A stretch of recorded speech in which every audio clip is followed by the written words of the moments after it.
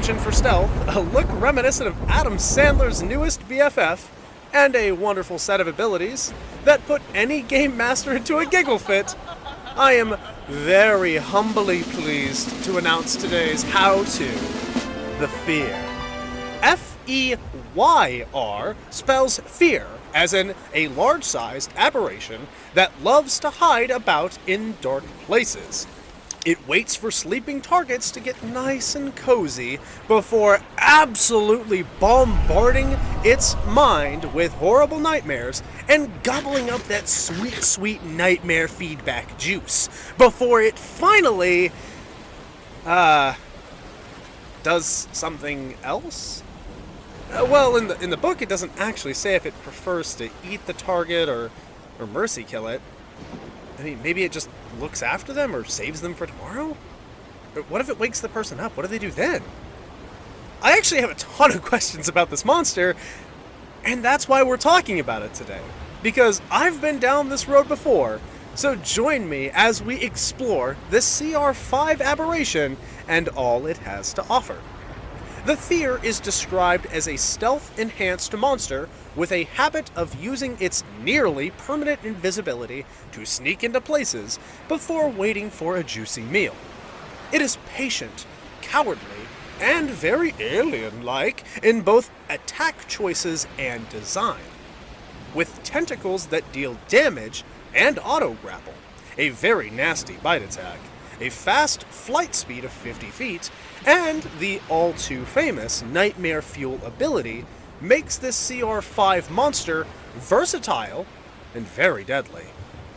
Traditionally, it is a great creature to run as an ambush-themed monster, singling out an isolated target from invisibility, dealing great damage with its Nightmare Fuel, and then finishing the job if necessary. But that's where it comes into problems. What happens next? What things need to happen after it attacks? Let's talk about 3 motivations it's more than likely to have at its disposal, and how these motivations will change how you bring this monster into the table. First, my perception is food, the things it needs and uses to survive, and how it acquires it. 2 would be environment, clearing the way for successful reproduction, pleasure, or other activities like other animals would. And 3 would be nature, what this creature is known to do or have a habit of, its total history. So, if we assume that the Feyr is only attacking sleeping targets just to slurp up that sweet, sweet nightmare juice, then we also have to assume it either has to eat semi-often or at least daily to survive.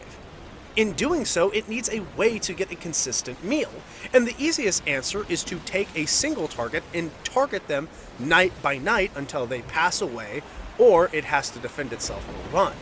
I think making it have a ability tied into Nightmare Fuel, one that says something along the lines of after the target takes damage, now that they are suffering from those nightmares, they have to make a DC 13 con save, or maybe even wisdom, to wake up from the nightmares. Or they don't get the benefits of a long rest, they still take the psychic damage, and they are none the wiser of what happened to them. And I think this is sort of put together extremely well, with its invisibility being basically permanent, and its habit of hiding out in dark places where its stealth is going to be at its peak, rather than its valley. And again, I want to say that it being unnoticed for hours, if not days at a time, makes it a perfect stowaway for ships on a long journey, or even spelljammer ships through space. I like this as a very clear-cut solution to how it eats. It can sustain its food sources, terrorizing a person or player for days or weeks at a time.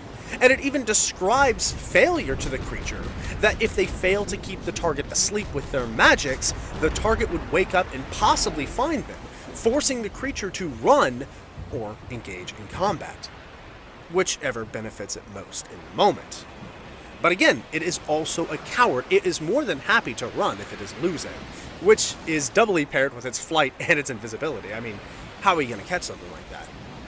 This reasoning aligns with the Feyr's most notable features and history, while keeping that creepy mystery of what's going on that the players need or want to look into. Not to mention, the ability to explore the nightmares that it generates is extremely awesome to me. Imagine the Feyr able to keep attacking a player night after night after night, allowing you as the game master to describe what these nightmares are. Whatever you want, it's a great reason to run the Feyr.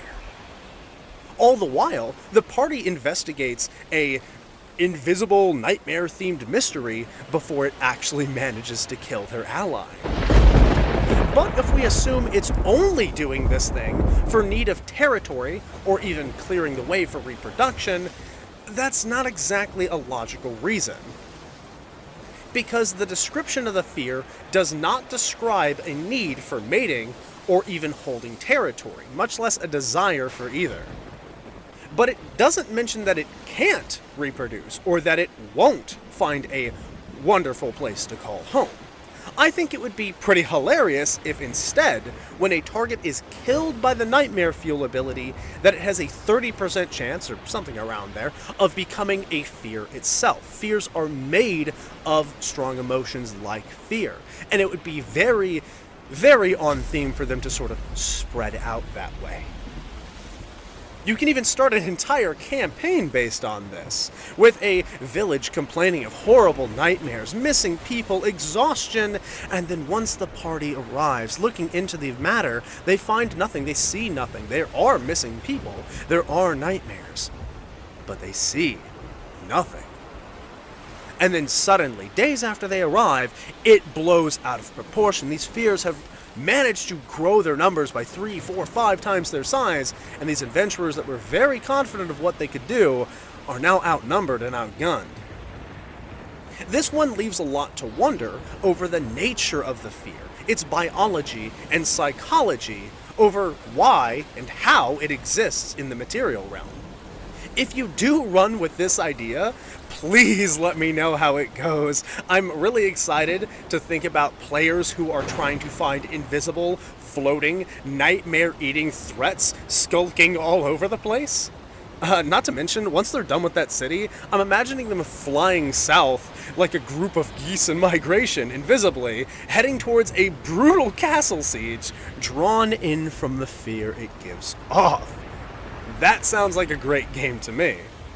And with that little idea floating about, we can talk about nature, and why the Feyr is something of an anomaly because, well, in 5th edition it has 6 sentences. That's right, 6 sentences is all that Boo's Astro Menagerie gave us for this monster. I cannot believe I pre-ordered Spelljammer. I am such a sucker, dude. I should have known better. Financial garbage aside, there is nearly nothing to go on for official 5th edition content, so let's look into older editions, and how we can get a little bit more context for this pretty ancient monster. They are described as large, horrible creatures, not only made for thriving on fear, but creatures who make fear.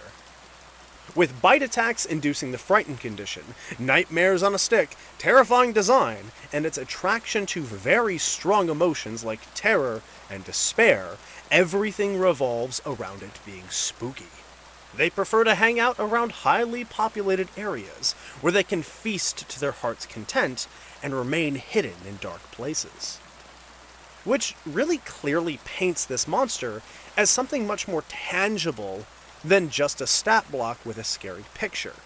So with that, just remember, the next time you're getting ready for bed after a long day at the Adventuring Guild, and you close your eyes and feel a gnawing sensation that you're not alone, you can't quite place it. A quiet in the air, a presence, alien and hungry. You may not be alone.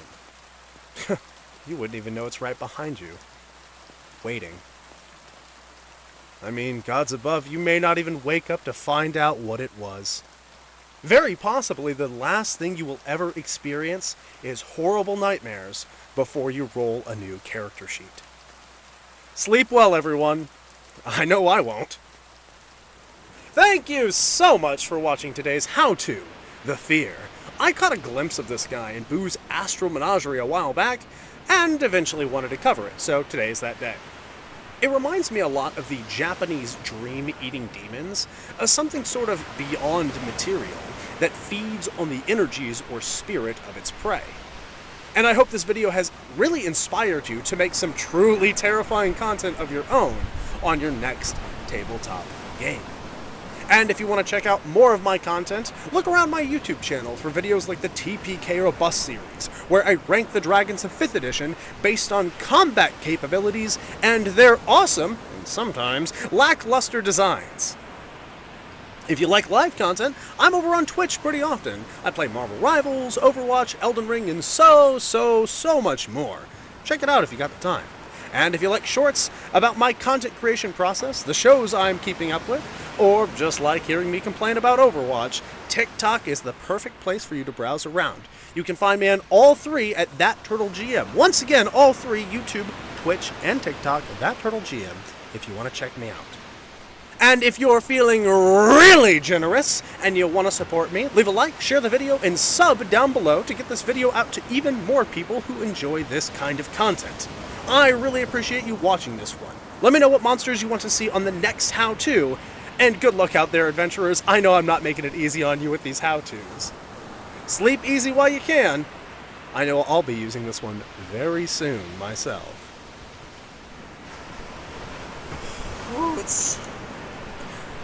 Okay, for the people who are still listening to this video, it is like 80 degrees outside.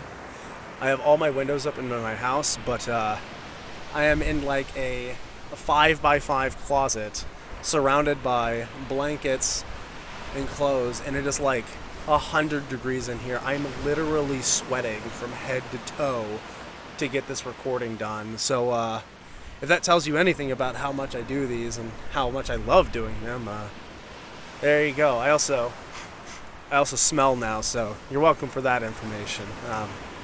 Why are you sticking around? I'm just mumbling at this point. Like, yeah, it's really hot in here. I'm gonna leave now. Bye!